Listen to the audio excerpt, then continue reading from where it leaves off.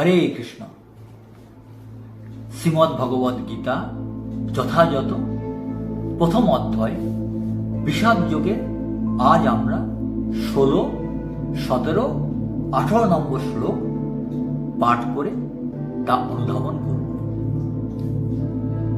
অনন্ত বিজয়ং রাজা কুন্তী পুত্র যুধিষ্ঠির নকুল সহদেবশ্চ সুঘোষ মণিপুষ্পক কাশ্যশ্চ পরমেশ্বাস শিখণ্ডী চ মহারথ ধৃষ্টদ্যুম্ন বিরাটশ্চ সাত্যকীশ্চাপ অপরাজিত দ্রুপদ দ্রৌপদেয়াশ্চ সর্বশ পৃথিবীপতে সৌভদ্রশ্চ মহাবাহু সংখ্যান দধমু পৃথক পৃথক। অনন্ত বিজয়ম, অনন্ত বিজয় নামক শঙ্খ। রাজা রাজা কুন্তিপুত্র কুন্তির পুত্র যুধিষ্ঠির যুধিষ্ঠির নকুল নকুল সহদেব সহদেব চ এবং সুঘোষ মণিপুষ্পক সুঘোষ ও মণিপুষ্পক নামক শঙ্খ।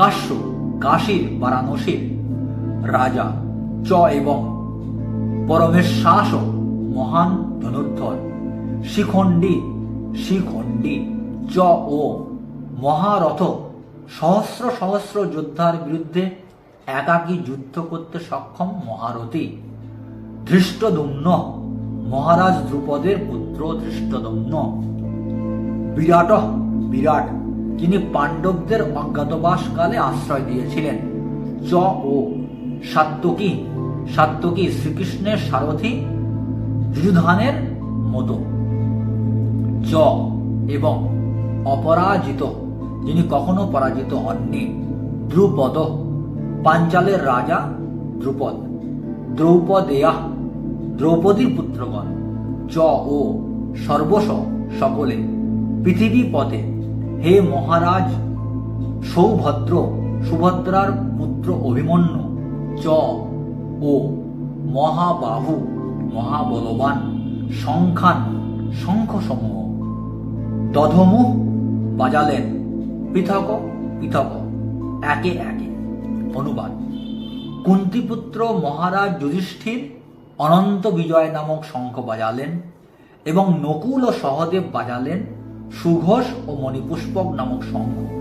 হে মহারাজ, তখন মহান ধনুর্ধর কাশীরাজ প্রবল যোদ্ধা শিখণ্ডী ধৃষ্টদ্যুম্ন বিরাট অপরাজিত সাত্যকী দ্রুপদ দ্রৌপদীর পুত্রগণ সুভদ্রার মহাবলবান পুত্র এবং অন্য সকলে তাদের নিজ নিজ পৃথক শঙ্খ বাজালেন। তাৎপর্য: সঞ্জয় ব্যাসদেবের শিষ্য সঞ্জয়, যিনি দিব্য দৃষ্টি প্রাপ্ত, কুরুক্ষেত্রের যুদ্ধক্ষেত্রের বর্ণনা তিনি সরাসরি বর্ণনা করছিলেন। তিনি সুকৌশলে ধৃতরাষ্ট্রকে জানিয়ে দিলেন যে পাণ্ডুপুত্রদের প্রতারণা করে তার নিজের ছেলেদের সিংহাসনে বসাবার দুর্বিসন্ধি করাটা তার পক্ষে মোটেই প্রশংসনীয় কাজ হয়নি। চারদিক থেকে ইঙ্গিত পাওয়া যাচ্ছিল যে কুরুবংশের সমূলে বিনাশ হবে এবং পিতামহ ভীষ্ম থেকে শুরু করে অভিমন্যু আদি পৌত্রেরা সকলেই যুদ্ধে নিহত হবেন। পৃথিবীর নানা দেশ থেকে উপস্থিত রাজা মহারাজা ও রথী ও মহারথীরা সকলেই নিহত হবেন। এই বিপর্যয়ের মূল কারণ ছিলেন মহারাজ ধৃতরাষ্ট্র স্বয়ং, কারণ তার পুত্রদের দুষ্কর্মে তিনি কখনো কোনো রকম বাধা দেননি। উপরন্তু তাদের সব রকম দুষ্কর্মে তিনি অনুপ্রেরণা জুগিয়েছেন। এই 16, 17 ও 18 নম্বর শ্লোক থেকে আমরা এই শিক্ষা লাভ করি যে অন্ধ ধৃতরাষ্ট্র এবং ধর্মান্ধ ধৃতরাষ্ট্র তার পুত্রদের দ্বারা সংগঠিত যে সমস্ত পাপ কর্ম ভীমকে বিষ প্রয়োগে হত্যা করা, লাক্ষাগিরিয়ে পঞ্চভ্রাতা সহ মাতা কুন্তি দেবীকে পুড়িয়ে মারা বা হত্যা করার যে প্রচেষ্টা, এবং দ্রৌপদী মহারানী বস্ত্রহরণের প্রচেষ্টা সহ যে একাধিকবার তারা যে পাপকর্মগুলো করেছে, পিতা হিসাবে ধৃতরাষ্ট্র পুত্র দুর্যোধন দুঃশাসনের পাপকর্ম থেকে কখনো বিরত করার চেষ্টা তিনি করেননি, বরং তিনি নীরব থেকে তাদেরকে প্রশ্রয় দিয়েছেন। আর এই প্রশ্রয় পেয়ে পেয়ে কৌরবরা পাণ্ডবদের উপর অশেষ নির্যাতন করেছে।